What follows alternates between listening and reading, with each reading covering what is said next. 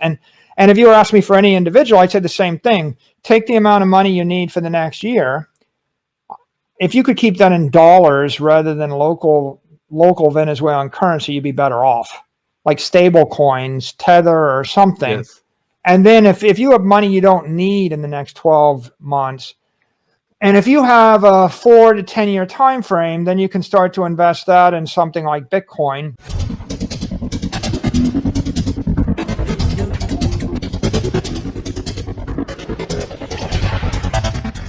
I think that the next decade's going to be all about digital transformation of property. I think the last decade, a lot of people's lives were improved by digital transformation of books and music and education and communication, just like we're speaking to each other now. Things like Apple and Google and Facebook and Amazon and YouTube, they've made the world a better place and they've driven down the cost.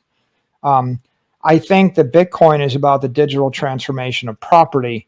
And what we're doing is instead of requiring people to buy gold or buy land or buy collectibles or keep their property or their money in currency or in a bank, or to take risks on companies or equity or stock or bonds, now you could just put your property into a Bitcoin and put the Bitcoin on your mobile device.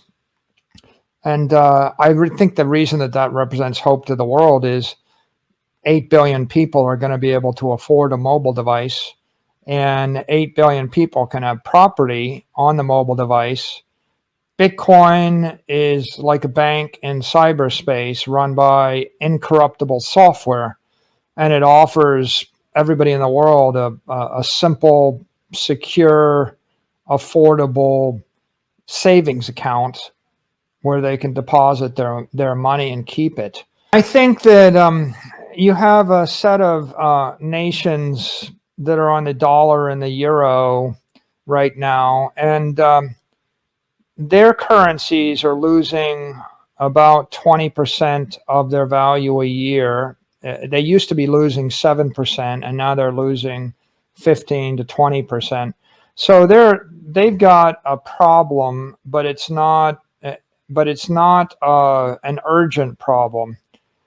And then there's another set of countries where the currencies are losing value faster, 40% to 80 or 90%.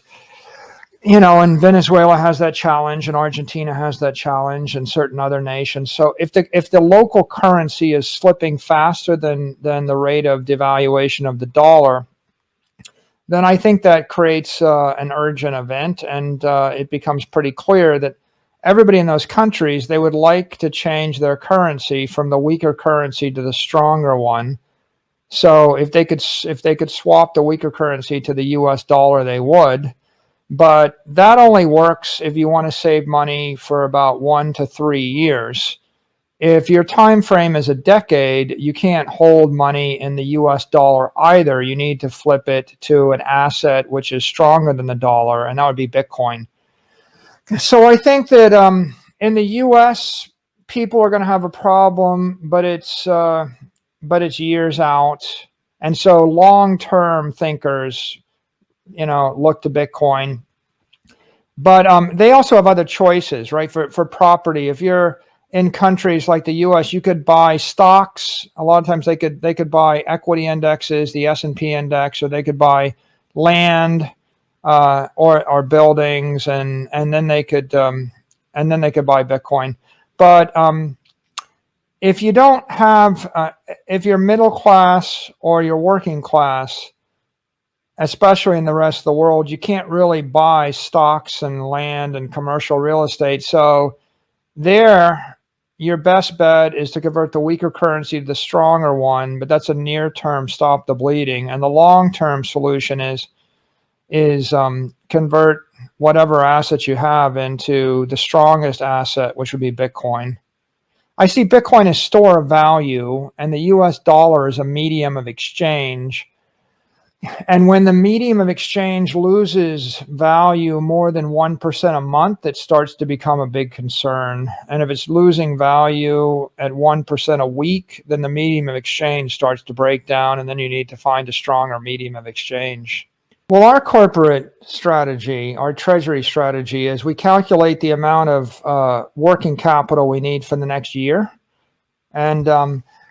And we ask the question, in the 99% case, if everything is the worst we could imagine 99% of the time, how much money would we need? And we're about a $500 million a year company, and so we have about $50 million in working capital.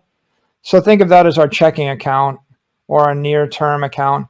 That $50 million we keep in a medium of exchange, the US dollar mostly. So we will hold dollars up to 50 million. And then when we generate cash flows or we have additional money that comes from equity or debt or cash flows, we will put that in our treasury. And our treasury strategy is we use Bitcoin as the treasury asset.